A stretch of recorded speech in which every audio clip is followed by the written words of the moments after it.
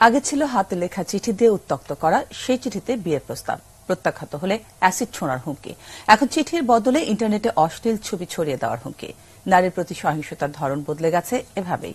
নতুন প্রজন্ম এবং সমাজবিজ্ঞানীরা মনে করেন প্রতিরোধ গড়ে উঠতে হবে পরিবার, সমাজ এবং রাষ্ট্র থেকেই।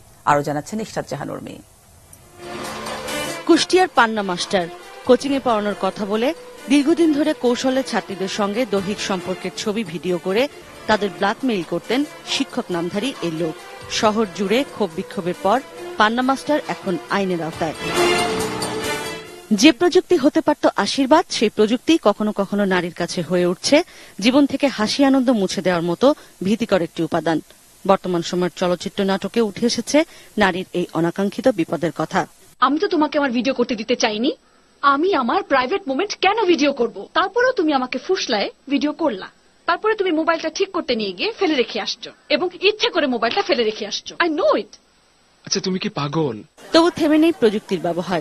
এ প্রজন্মের ছেলেমেয়েরা বলছেন এজন্য প্রযুক্তিকে না দুষে দরকার নারীর প্রতি দৃষ্টিভঙ্গির পরিবর্তন। মেন্টালিটিটা গ্রো করা, এটা সবচাইতে বেশি ইম্পর্টেন্ট। সো দেখা যায় যে ফ্যামিলিতেই বাবা মার ছোট থেকে এটা ছেলে মেয়ে সবার মধ্যে একটা আপনার জ্ঞান এটা দেওয়া উচিত যে ফ্রেন্ড সার্কেলে ছেলে মেয়ে ডিসক্রিমিনেশন এটা না করাটাই বেটার। ভাই মনে করি বা যাই মনে করি কেন, ফ্রেন্ড মনে করি না কেন, তার জন্য অন্ততপক্ষে কিছুটা হলো রেসপেক্ট দেখায়। জাস্ট এই রেসপেক্টটাই আমরা পেতে চাই মেয়েরা। পরিবার থেকে এই শিক্ষাটা পায়, আমার মনে হয় না কোনো ছেলে কোনো মেয়েদেরকে ডিস্টার্ব করতে পারবে, ভার্চুয়ালি হোক বা যেভাবেই হোক। বিশেষজ্ঞরা বলছেন এই সমস্যার মূলে যেতে হবে। আগে চিঠি লিখতো, শীষ বাজাতো, এখন শীষ বাজানোটা হয়তো কমে গেছে, কিন্তু আপনার চট করে একটা ছবি তুলে ফেললো, একটা ভিডিও করে ফেললো, কিংবা একজনের মাথার সাথে আর একজনের ধর জুড়ে দিল। মেয়েদের যে সেই যে চিরন্তন অবস্থানটি যে তার সম্মান হানি করা যায় এই বোধটি আছে, তার সাথে সম্মান হানি করার উপায়গুলো অনেক বৃদ্ধি পেয়েছে, ইলেকট্রনিক হয়েছে, ফলে সমস্যাটা অনেক জটিল হয়েছে।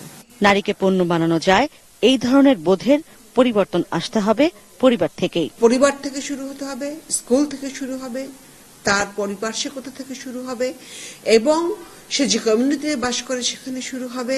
গণমাধ্যমে হোক, সর্বমাত্রিক একটি প্রচারণার মধ্যে নিয়ে আসা দরকার যে নারী কেবল দ্রষ্টব্যের বিষয় নয়, সে একজন মানুষ, এবং এই সোসাইটির নির্মাণে, এই সোসাইটির চলমানতায় সে একজন সমান ভূমিকা রেখে চলা মানুষ। তথ্য প্রযুক্তি আইন সঠিকভাবে প্রয়োগের কথাও বলেন নারীবাদের নানান প্যারাডক্স নিয়ে কাজ করা এই শিক্ষক। ইশরাত জাহান উর্মি, এটিএন নিউজ, ঢাকা। মুক্তবাজার অর্থনীতির ফাঁদে পড়ে নারী এখন অনেকটাই পণ্যে পরিণত হয়েছে। গণমাধ্যম সংশ্লিষ্টরা বলছেন এই সমস্যার মূলে রয়েছে পুরুষতান্ত্রিক সমাজ ব্যবস্থা ও চিন্তাভাবনা, যা নিয়ন্ত্রণ করে মুক্তবাজার অর্থনীতির চরিত্রকেও। তবে কিছুটা ধীরে হলেও নারীর প্রতি সমাজের দৃষ্টিভঙ্গি পরিবর্তনের সূচনা হয়েছে বলে মনে করেন গণমাধ্যম সংশ্লিষ্টরা।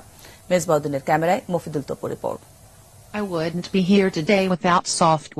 একবিংশ শতাব্দীর শুরুর দিকে নির্মিত জনপ্রিয় ভার্চুয়াল সংবাদ পাঠিকা অ্যানানোভার চেহারা ও ফিগার তৈরি করা হয় বিশ্বখ্যাত তারকা কাইলি মিনোগি, ভিক্টোরিয়া বেকহাম এবং ক্যারল ওয়ার্ডারম্যানের সংমিশ্রণে।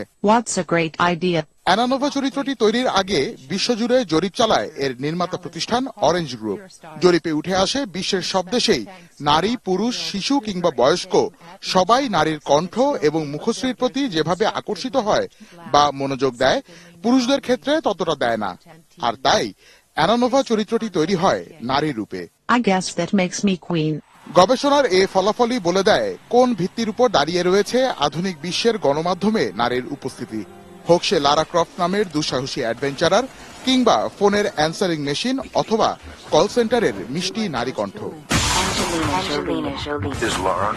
পুরুষের দেখা এবং পুরুষের আকাঙ্ক্ষার সাপেক্ষে এই পণ্যের চেহারাটা তৈরি হয়। এই অর্থনৈতিক ব্যবস্থাটা অনেকটা লিবিডোনাস অর্থনৈতিক ব্যবস্থা, পুংলিঙ্গীয় উত্তেজনা তাড়িত এক ধরনের অর্থনৈতিক ব্যবস্থা, যেখানে নারীকে কমোডিটি হিসাবে যখন উপস্থাপন করা হয়, তাহলে কনজিউমার সোসাইটিতে এই পণ্যের তাৎপর্য বা উপযোগিতা অনেক বেশি হবে।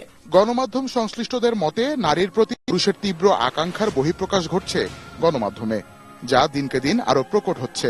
অবস্থা এখন এমন, গণমাধ্যমে নারীকে যেভাবে উপস্থাপন করা হয় তা বেশিরভাগ ক্ষেত্রেই নারীর জন্য তো বটেই, পুরুষদের জন্যও চূড়ান্ত রকমের অপমানজনক। অবশ্যই অবমাননা করা হচ্ছে নারীদের এবং সাথে সাথে পুরুষদেরও। আমরা পুরুষরাও আসলে ওইভাবে দেখতে চাই না। একটা বোতলকে কেন নারীর ফিগারের সাথে সাদৃশ্য করে দেখানো হচ্ছে। যখনই একটা রংচঙা একটা জিনিস যেটা আমাদের মানসিক মনোযোগটা একটু আর কি উত্তেজিত করে, ওই জিনিসগুলো যখন আমরা দেখি, আমরা চাই ওগুলো অ্যাডাপ্ট করতে। তবে নারীর প্রতি পুরুষতান্ত্রিক সমাজের দৃষ্টিভঙ্গি ধীরে ধীরে পরিবর্তন হচ্ছে বলে মনে করেন তারা। তাদের মতে পরিবর্তনের এই ছাপ পড়তে শুরু করেছে গণমাধ্যমেও। যে ব্যবস্থা যে কোনো কিছুকে পণ্যে পরিণত করে, সেই ব্যবস্থাকে যদি আমরা প্রশ্ন না করি, তাহলে নারী তো ক্রমে ক্রমে আরোই পণ্যে পরিণত হবে। সেই ব্যবস্থা যে দৃষ্টিভঙ্গিগুলো তৈরি করে, সামাজিক, সাংস্কৃতিক, মনস্তাত্ত্বিক, সেই জায়গাগুলোতে প্রশ্ন তৈরি করা আমাদের। সেক্ষেত্রে আমাদের দরকার হচ্ছে চিন্তাগত বোঝাপড়া।